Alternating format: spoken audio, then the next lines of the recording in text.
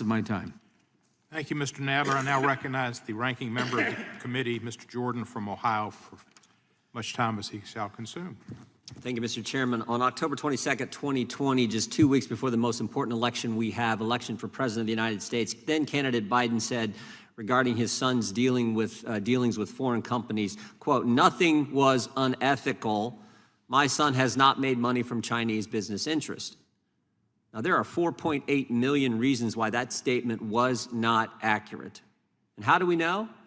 How do we know that statement was not accurate? The Washington Post told us so last week.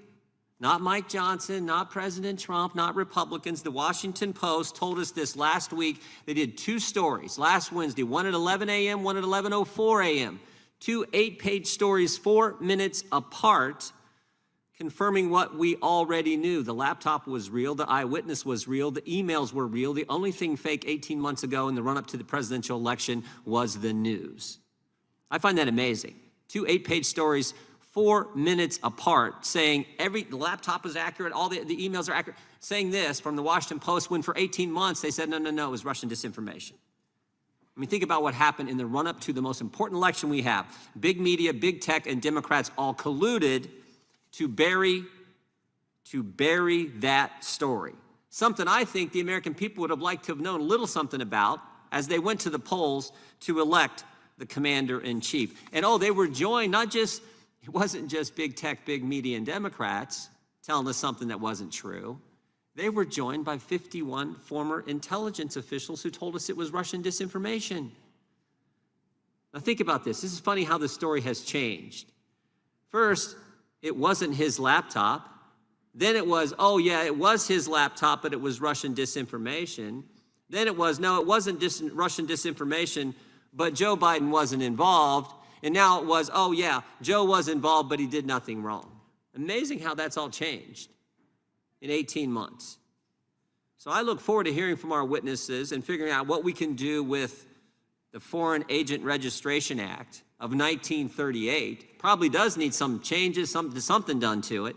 But the title of today's hearing is Enhancing FARA, the Foreign Agents Registration Act of 1938.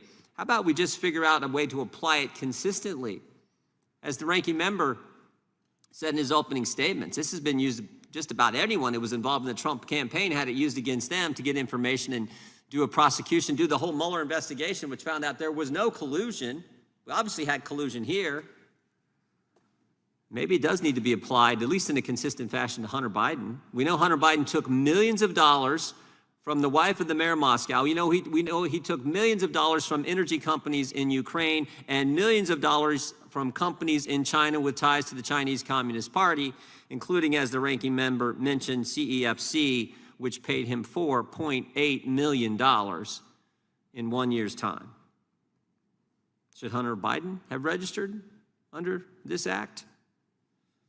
Why didn't he register under this act? Why is the Department of Justice being inconsistent? At least that's what it seems. When, as the ranking member said, only 7 people were prosecuted between 1966 and 2016, and then, shazam, they started using it against everyone associated with President Trump's campaign, it seemed. So this is important. The chairman of the committee just said, we're not here today to discuss individuals. But I do think the American people would like to know the truth about this story and why it was kept from them, kept from we the people, prior to, as I said before, the most important election we have in this nation. That's important information, and I hope we can begin to dig into that. This committee should dig into that. We should be all about making sure the American people get the truth and not have, as I said before, big tech, big media, Democrats, and 51 former intel officials tell us something in the run-up to the election that was not accurate. With that, I yield back.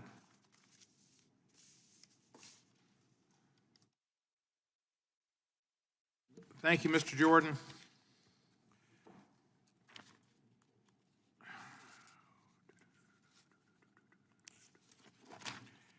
Our witnesses are here. We welcome you and thank you for participating.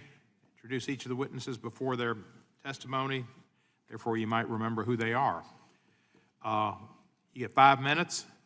There's a light system in front of you. Green means you're on, and you have somewhere between 1 and 4 minutes.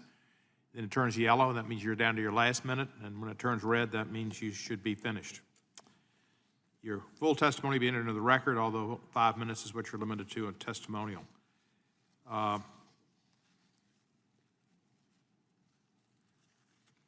give verbal notice on the minutes remaining today as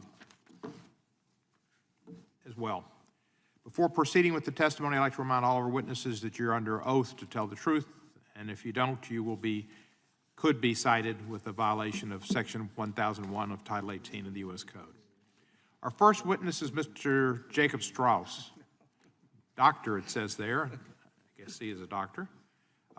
He's a specialist on the Congress and the Government and Finance Division of the Congressional Research Service, which is one of our most esteemed branches.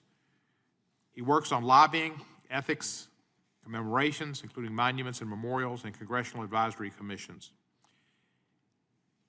Dr. Strauss received his MA and PhD in political science from the University of Florida and his BA from the University of Maryland. Dr. Strauss, you're recognized for 5 minutes.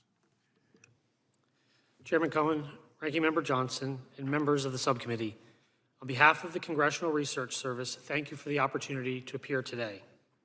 My testimony focuses on two areas: the history of the Foreign Agents Registration Act, or FARA, and legislative proposals to amend the law. Concern over foreign influence in American politics dates to the Revolutionary War and the Continental Congress's alliance with France. President George Washington addressed foreign influence in his 1796 farewell address, writing that, quote, "History and experience prove that foreign influence is one of the most baneful foes of Republican government." In the early days of the Republic, several incidents brought concerns about foreign influence to prominence. In 1808, for example, the House of Representatives authorized an investigation into allegations that General of the Army James Wilkinson was a Spanish agent. General Wilkinson was ultimately acquitted, but governmental interest in the potential influence of foreign governments and actors on American public policy remained for much of the next century. The idea of regulating foreign influence dates to at least the early 1900s, when the first pieces of legislation aimed at directly addressing the real or perceived possibility of foreign influence in American politics were introduced. These measures generally would have required the registration of individuals or groups seeking to influence public policy or promote propaganda.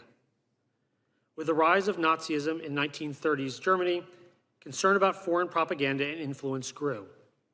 In 1934, the House created the Special Committee on Un-American Activities to investigate foreign propaganda and influence. Chaired by future Speaker of the House John McCormack, the Special Committee investigated the scope of foreign influence activities in the United States and the spread of subversive propaganda that originated from foreign countries. In 1937, Representative McCormack introduced the bill that would become FARA, and on June 8, 1938, President Franklin D. Roosevelt signed it into law. As enacted, FARA sought, as described by the Department of Justice, to, quote, combat the spread of hidden foreign influence in American politics. Specifically, FARA responded to foreign influence concerns by creating a system designed to identify agents of foreign principles who might engage in subversive acts or in spreading foreign propaganda, and to require them to make public record of the nature of their employment. Over the years, Congress has substantially amended FARA on several occasions, most notably in 1942, 1966, and in 1995. Today, the Department of Justice administers FARA. The law, as amended, generally focuses on individuals conducting advocacy or public relations work on behalf of foreign principles within the United States. These agents of a foreign principal are required to register with DOJ and provide information about their business and foreign principles they represent. For each foreign principal, a foreign agent must periodically disclose to DOJ copies of contracts, details of the financial relationship, advocacy and public relations activities, and informational materials. In recent years, various members of Congress have introduced a number of measures to amend FARA. A CRS review of these bills identified several trends.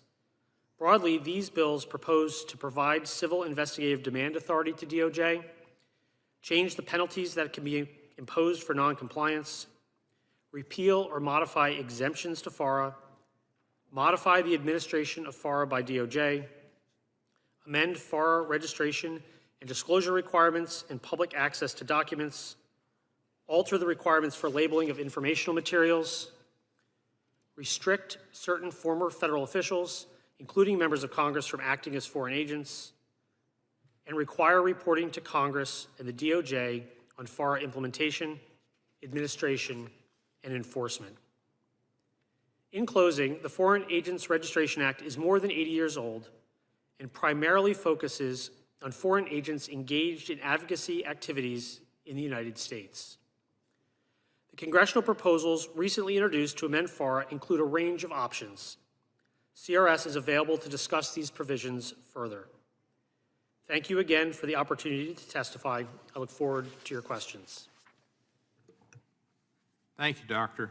Our next witness will be Mr. Dylan Heitler-Gaudet. He is the Government Affairs Manager at the Project on Government Oversight. In this role, he advocates for more accountable and transparent federal government through advancement of good government policy reforms. He focuses on issues ranging from lobbying and ethics reform to judicial accountability and congressional oversight. He received his MS degree from Northeastern University and his BA from the University of Southern Maine. Mr. Heitler-Gaudet, you are recognized for 5 minutes. Thank you, Chairman Cohen, Ranking Member Johnson, and members of the committee. My name is Dylan Heitler-Gaudet, and I am the Government Affairs Manager at the Project on Government Oversight, and I'm privileged to be here with you today. I want to first start by commending the committee for holding a hearing on the Foreign Agent Registration Act and ways to improve it. Making much needed and long overdue reforms to this law will not only help the federal government keep a closer eye on the activities of foreign lobbyists and those who advocate on behalf of foreign interests, but it will also demonstrate to the American people that nobody is above the law, which includes politically well-connected K Street operatives. Shining a bright light onto the sources and activities of foreign lobbying is essential to protecting the integrity of U.S. political and policy-making processes. The Foreign Agent Registration Act is designed to do just this by requiring robust disclosure and reporting requirements on the part of those who advocate on behalf of foreign interests. We as a nation have been concerned with the potentially corrupting impact of undue foreign influence in domestic affairs since the dawn of the Republic, and today is no different, with the exception of the fact that today's foreign actors have ever more access to more sophisticated and more effective ways of influencing and shaping U.S. policy toward their own ends, which includes having access to a willing cottage industry of mercenary lobbying firms and influence peddlers. There are a number of flaws in the Foreign Agent Registration Act framework, and I want to highlight just a couple of them with you today, and I'd like to offer some proposals. I would encourage the committee to refer to my written testimony as well as to a supplemental report I have attached to that testimony to see a more complete range of proposals. First and foremost, the Department of Justice has not and continues to not sufficiently prioritize the enforcement and administration of this law. Back in 2014, the Project on Government Oversight published a comprehensive report in which we laid out a wide number of issues with the Foreign Agent Registration Act. One of our key findings was a systemic pattern of lax enforcement and an overall lack of interest at the highest levels of leadership at the Department of Justice. In 2016, the Inspector General of the Department of Justice had its own report in which they found very similar things. Unfortunately, not much has changed in the intervening years. One way to remedy this problem is to create a dedicated, standalone office that is responsible for enforcing and administering the Foreign Agent Registration Act. Right now, those responsibilities are in the hands of an under-resourced subcomponent within the National Security Division, and this simply isn't working. One other issue we see with the Foreign Agent Registration Act is registration itself. There are a large number of people operating here in DC who should be registered under the Foreign Agent Registration Act, but they aren't. One of the key reasons for this is the existence of a large loophole, the LDA exemption. The LDA exemption allows lobbyists who should otherwise be registered under FORA to avoid doing so by simply registering under the far less restrictive Lobbying Disclosure Act. One key way Congress can strengthen the law is by closing this loophole. One other issue we see with the Foreign Agent Registration Act is its over-reliance on criminal prosecution as the primary enforcement mechanism. We are encouraging Congress to create civil monetary penalties as another option in the toolbox that will enhance enforcement of this law at the Department of Justice. Lastly, I want to raise the issue of the outdated and anachronistic way that the Department of Justice makes available to the public the documents and materials that are filed by registrants. We are 22 years into the 21st century, and it's long overdue for the Department of Justice to overhaul and modernize the way it makes these materials available to the public, which must include adherence to and compliance with the latest guidelines and standards related to digital accessibility.